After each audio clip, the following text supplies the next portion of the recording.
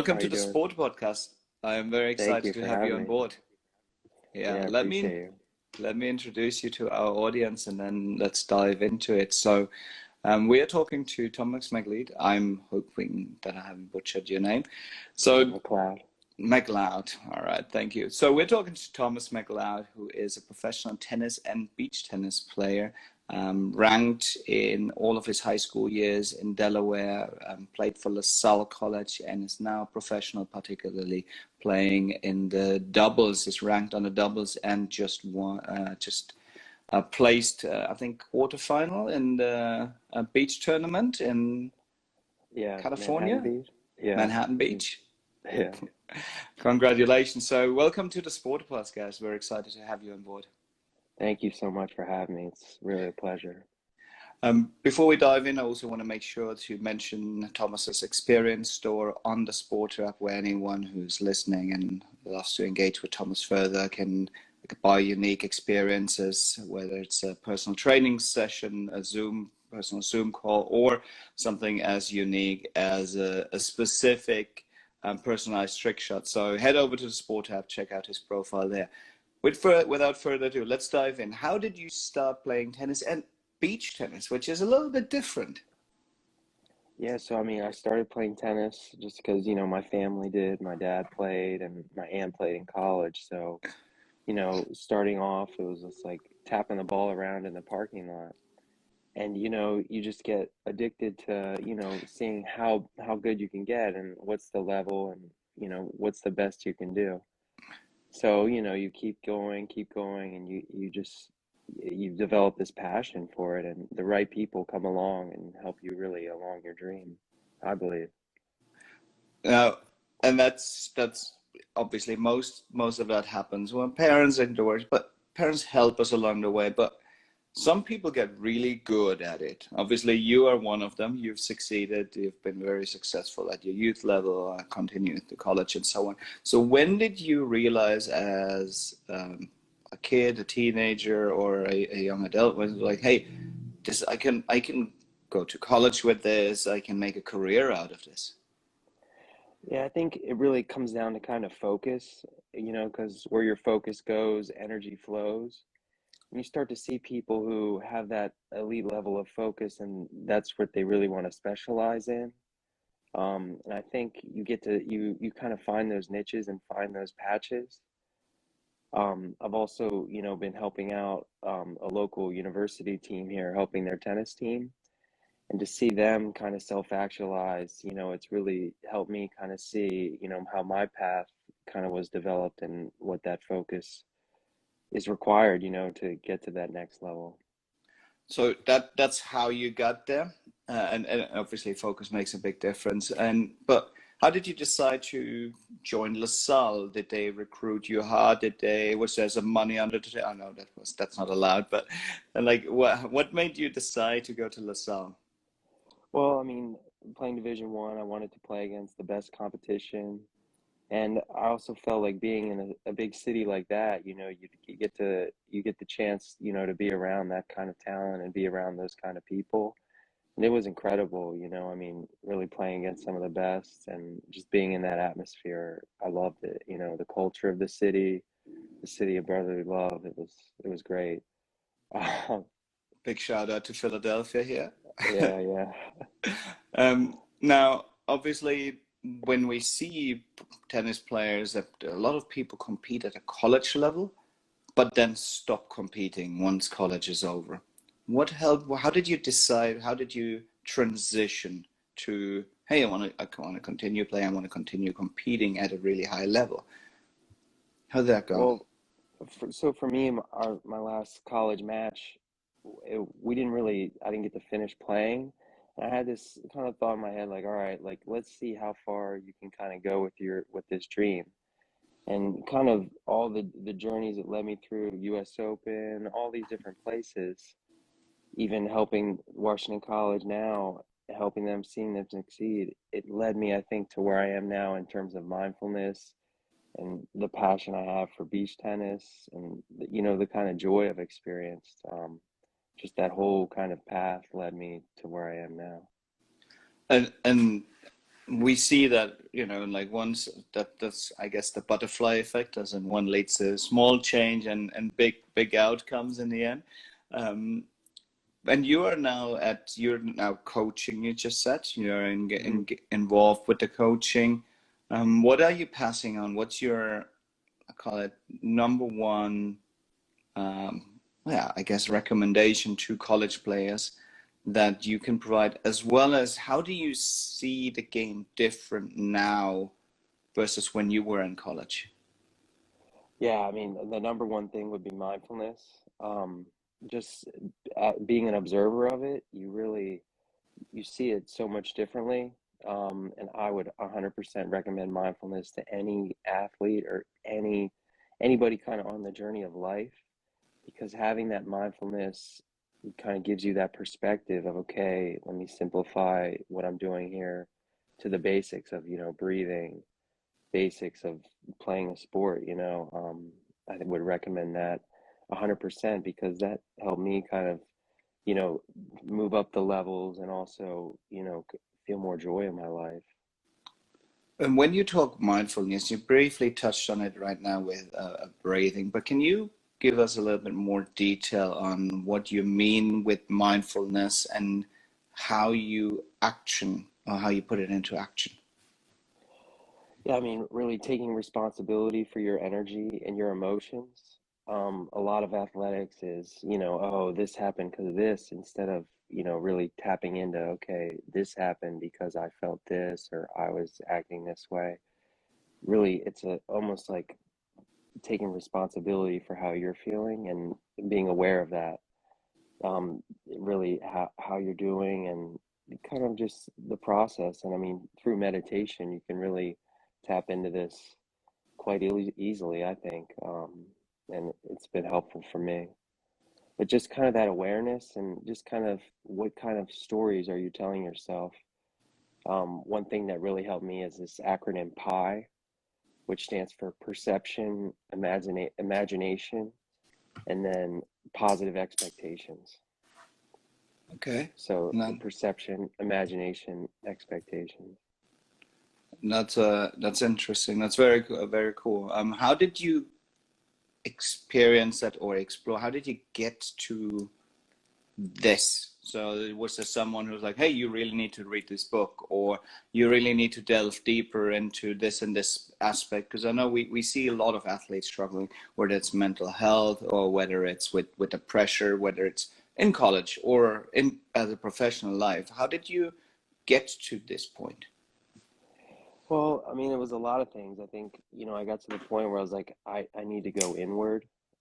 You rely so much on all these outside sources for gratification, and you realize it's all within.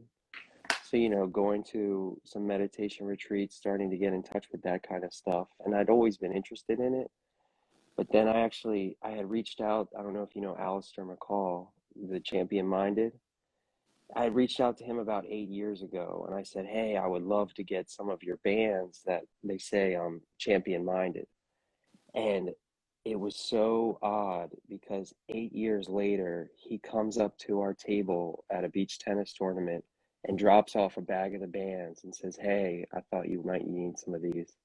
So it was like the universe's way of telling me, like, the mindfulness is the key. And, I mean, I'm a strong believer in no coincidence. So, when that happened, I was like, gosh, like that really is the path, because if you can master the mindfulness, it's like your life becomes incredible. And they say you are the master of your mind, so I can see that, but it's really difficult in a very hectic world right now. I mean, I guess the world's always hectic, but it's really difficult in a hectic world where you need to prioritize yourself, particularly as a professional athlete, where there's so many different aspects that require your time. It's like, oh, training here, PR here, social media there, and so on. Prioritizing, do you have a plan? Do you have an agenda? Do you plan out your days, or how do you go about that?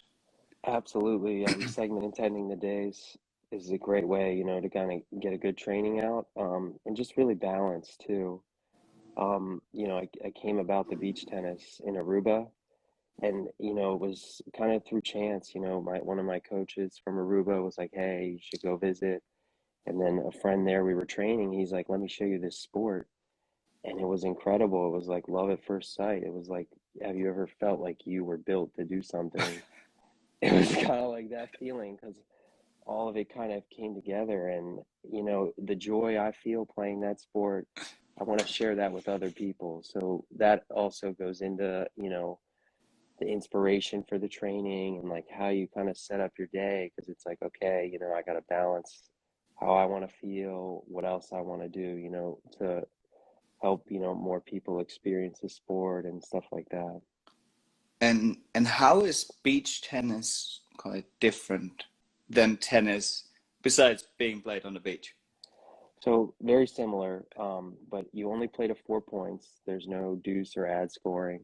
The ball doesn't bounce, and the court is the size of an Olympic women's volleyball. Okay. So a lot of volleying, a lot of serves, but very fast paced. And it's really growing a lot in Italy, Brazil, Costa Rica, and I'm excited to see how it progresses here in the United States. And just see what players come to the top. It's exciting. And I guess you're one of them. I mean, you made it to quarterfinal. That means you're in the mix. I think that's a good one, right? Yeah, yeah. Now from and I know we is beach volleyball is beach not beach volleyball. Now you got me go with the court size. We also see pickleball or paddle, Hmm. Yeah. and you see these different types of tennis variations. Have you delved into this? And we see a massive growth. Where does the growth come from? And have you delved into that as well? Well, I've been thinking about this a lot. I think a lot of it is a kind of a side effect of the post-pandemic era, because so many people were inside just with themselves. Now, people want to get out, be social, but also working on a skill. You're getting exercise. To me, it's a win-win, where we're coming from a situation where we saw a lot of what we don't want. So now what we do want is a lot of sports. So for me, I think the more the better, especially for kids. The more they can play, kind of see what they like, then it's helpful for them too. Um, so I think it's great. And and we see, obviously, you're talking about a pandemic, and we see, yes, we want to go back outside. We want to prioritize ourselves. Um, Part of the prioritizing ourselves is obviously nutrition, and I know that's something that you're very passionate about. On your SPRTER app, you has it as part of your causes, and you are plant-based, if I really remember correctly. So can you talk me through that approach, why plant-based, what it means to you, how you got to this point? Because a lot of our listeners are interested in the nutritional side of a top level athlete. Yeah, absolutely. So my brother, he lost close to 200 pounds on the plant-based nutrition. Yeah, totally. His Instagram is Second Son Wellness, but it was incredible. He totally transformed his life. And now he's super successful yoga teacher. And he told me, he was like, "Hey, you should look into this," and I was like, "Okay, I'll look into it." And as he's progressing, as he's feeling good, I'm like, wow, I want to feel that way too. And I remember I ran a race, I took a bunch of meat, and I didn't feel the way I wanted to feel. So then I switched, and I mean, I feel so much lighter. It feels like I'm eating more of, what my body wants. And it feels more like a flow. So I don't know. It's a lot about how I feel and the research. I looked a lot into this guy, medical medium, who helped a lot, and just kind of looking to see what our peers were doing, like what do they take, and just how do you perform at your peak, because that's kind of my goal, is how can I do the best I can, for myself, for the planet, and see how it goes. But I've been feeling great. And that's great to hear. Now, a lot of people say, "Oh, well, how do you get your protein?" And I am a vegetarian and myself as well. But when traveling, I realize, and I find it sometimes hard to come across, call it, good vegan options. How is that, particularly as a professional athlete? You kind of like nutrition is one of the top or priorities. Like, how do you go about that then, particularly when traveling? Yeah, I mean, I had to learn a lot. You know, what's a complex carb and what's a complete protein. But then when you figure it out, rice and beans, some of the most basic, it's a avocado, complete protein. You start to find out like oatmeal is a complex carb that you can go. I would start taking like 2 sweet potatoes before a match, and that energy would help me through, you know. You would figure out little things that help, and then you really tailor it down to what works best for you. But I would really encourage people to, you know, just kind of get creative with how they're eating. Try one day a meatless Monday, or, you know, see how colorful you can make your plate. And that's really how you can do it. And I mean, I know traveling's tough, but you can always find there's always some healthy options or basics, you know, and you know what helps your body feel the best. No, I agree, and oftentimes it ends up for, as you said, rice, beans, and broccoli. That's my that's my There you go-to go. down Yeah. the road. Or Yeah. banana with everything. Yeah. Um, A lot of smoothies too. You can usually find those around. and do you use some specific vegan protein powder, or do you, when you make your smoothies, or just color it up and drop everything in? Yeah, I mean, I try and do a lot of like whole food, a lot of blueberries, spinach, you know, just try and take it as basic as possible. But yeah, I'll do take some vegan protein sometime. Um, but yeah, one of our projects too is to, you know, get more sustainable and work a little bit more on the gardening. So then you have even more of a connection with the food and in terms of, you know, where it's coming from and, you know, more herbs and spices and things like that. I recently learned about like the yin and yang of your plate and how you really want to balance it. I wasn't even aware of that, so I'm excited, you know, to see that how that develops. I need to delve into that. That sounds amazing. Yeah. I've not looked into the yin and yang of the food plate, but in a way it makes sense because if you put it in your body and it kind of needs to fuel you. Hmm. So, but I think that that's an interesting one. I've got to delve into that. Now, I want to transition back to the sport, and we've talked about the growth of the different sports, and we have a segment that we call "Break the Rules," where we ask you to identify a rule change that would make the sport better. And better could Mm, be anything. Better could be better for the fans, better for the players, better for the game itself. What would make the sport of, I guess, beach tennis better? that's a great question. I mean, well, first of all, I think like putting it on like national TV, people would love to see it because for me, it's like almost watching dancing. It's so fast paced and you just have to be so alert and the vibe, it's like a party. But in terms of things I would change, you know, I think it's great. It goes pretty quickly. Um, I mean, one serve is awesome. Yeah, it's tough. If I could break the rules, maybe I would make the net a little bit higher. Um, and then I would also like shrink the court a little bit more. But that'd just be me. Just because I see like eventually it could even be like the NBA where everybody playing is going to be super tall and just being able to like slam dunk the ball. But Hmm. that's a great question. I love like thinking outside the box like that.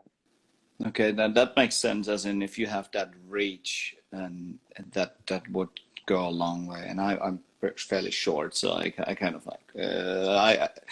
It sucks when you play against someone who's like 6'9" and I can reach anything. I mean, you see it with tennis as well, right?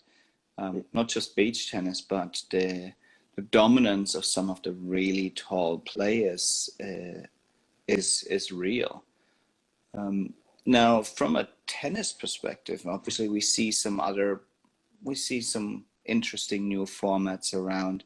What are some that you are following, that you're watching? You're like, hey, this is a really cool tournament, or I would love to play here.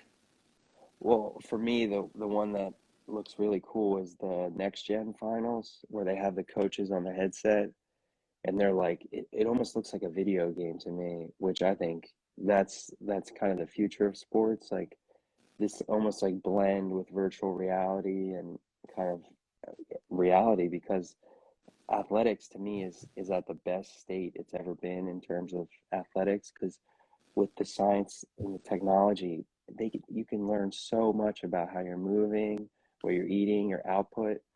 One of the things I've been using is this Whoop, and I think that is also next level too in terms of like how you can really structure out playing. Um, and for me, one of the courts too that would be amazing to play is the Rome tournament, the one with the gladiator statues around. I think that's an amazing tournament. That sounds good. I mean, Rome can't really go wrong with Italy anyway.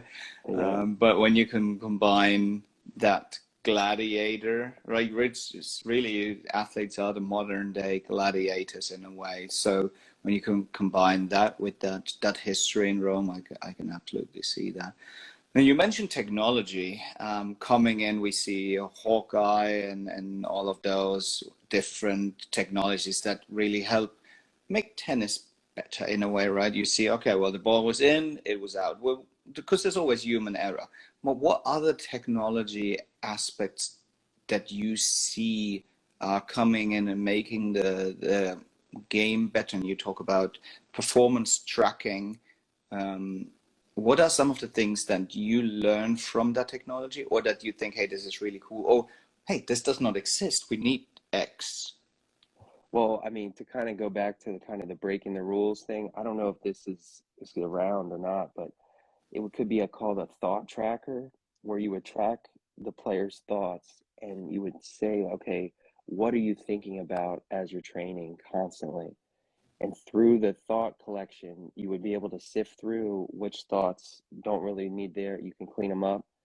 And then you could literally have people so focused on what they're doing, their trainings would improve, they would become more efficient, and it would be, you would see this accelerated growth just because they would clean up their thoughts and kind of clean up sloppy thinking. And I mean, I just think that would really help a lot of players.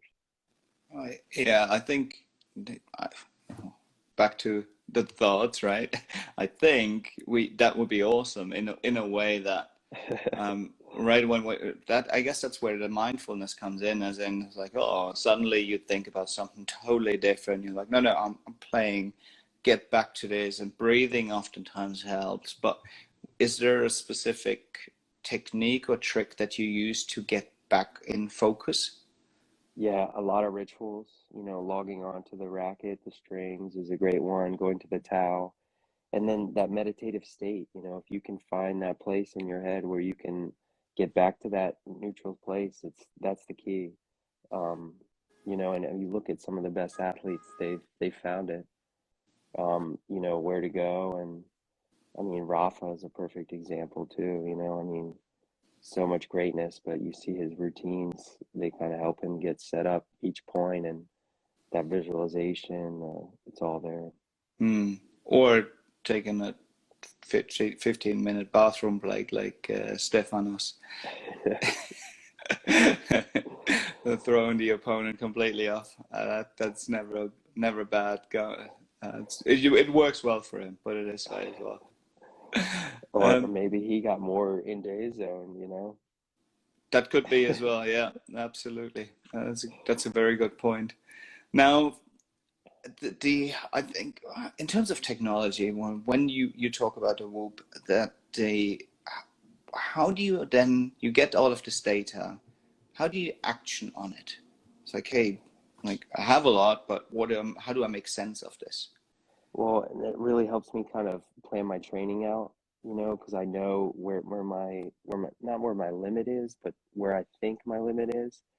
One of the cool things about it is nobody's ever reached a 21 strain, which is like they say you would have to work out like continuously all day to reach it. So it helps me kind of push through my limits. Like I'll look at it and be like, okay, like I haven't reached my limit. Let's go to training, you know? So it's one of those tools I think that adds to your inspiration and the accountability, you know, where in terms of taking responsibility for my energy and my emotions, I can check that and be like, okay, I need to sleep. Okay, I need to meditate. Okay, time to go for a run, time to really hit this hard because I've been resting well and I'm ready. So it's just another tool, I think, you know, to create a better athlete and a better person. My sister is a nurse and she uses it all the time, you know, for night shift, you know, trying to balance those kind of things. Okay, I can see that. I mean, there are, besides professional athletes, there are a lot of professions that are working very hard and need some of that tracking as well. And I think we all need more, as you said, mindfulness in our life, and that reminder of, and hey, I need to, whether it's take a break or do some breathing and so on. So I think that is a universal takeaway, but it's really nice to hear how it worked for you as a professional, and particularly in a sport that is so up and coming and new and really exciting. So it's nice to see where this is, where the sport is growing, and particularly where you are growing in the sport as well. So we're excited to follow along. Yeah, excited. I mean, it feels like the leading edge, and you know, it's one of those things too where the points go so quickly that you have to really be on top of yourself mindfully because the match could be over in 20 minutes if you're not focused on where you're going. Fair enough. Those are very quick matches though then. Hmm. So speaking of 20 minutes, I want to be cognizant of your time. I know you're busy, and I really appreciate your insights and talking to us this morning. And I want to remind everyone of the SPRTER app and the experiences Thomas offers there. Again, phenomenal, whether it's training, whether it's personalized Zoom calls, and potentially some nutritional advice, as I need to learn more about the yin and yang of nutrition. So lots of insights there. Those are probably some questions you can ask on a personalized Zoom call as well. So head over there, follow Thomas on the SPRTER app. Also check in with all of his other social media accounts. We are linking them in the bio, in the description as well. So we want to say thank you for taking the time, joining us on the SPRTER podcast. It's great to speak to you and learn from your experience. Thank you so much. I appreciate you. I mean, thank you for what you're doing for sports and helping push the ball forward, you know, the mindfulness and all the technology. I mean, really appreciate you. Thank you, Thomas. Have an awesome day. You too. You too. Thanks. Bye. See you.